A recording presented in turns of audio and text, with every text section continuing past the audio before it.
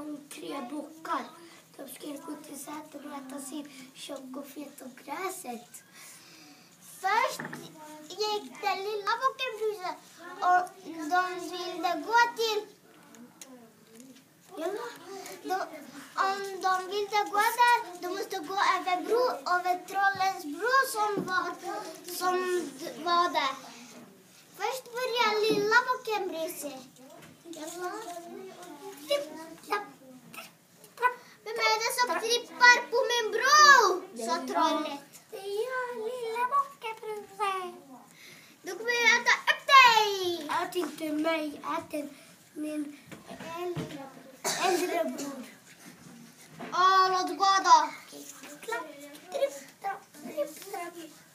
Det kan jag inte.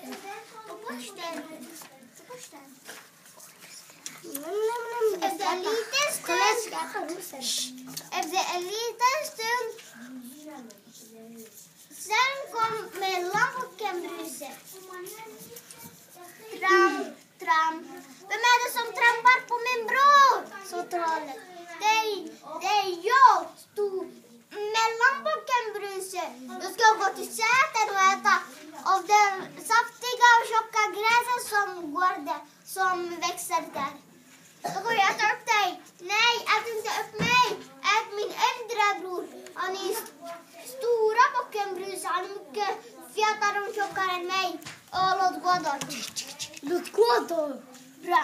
Kanske inte låter det här. Min hand. Min hand. Katarina, vi orkar inte mer.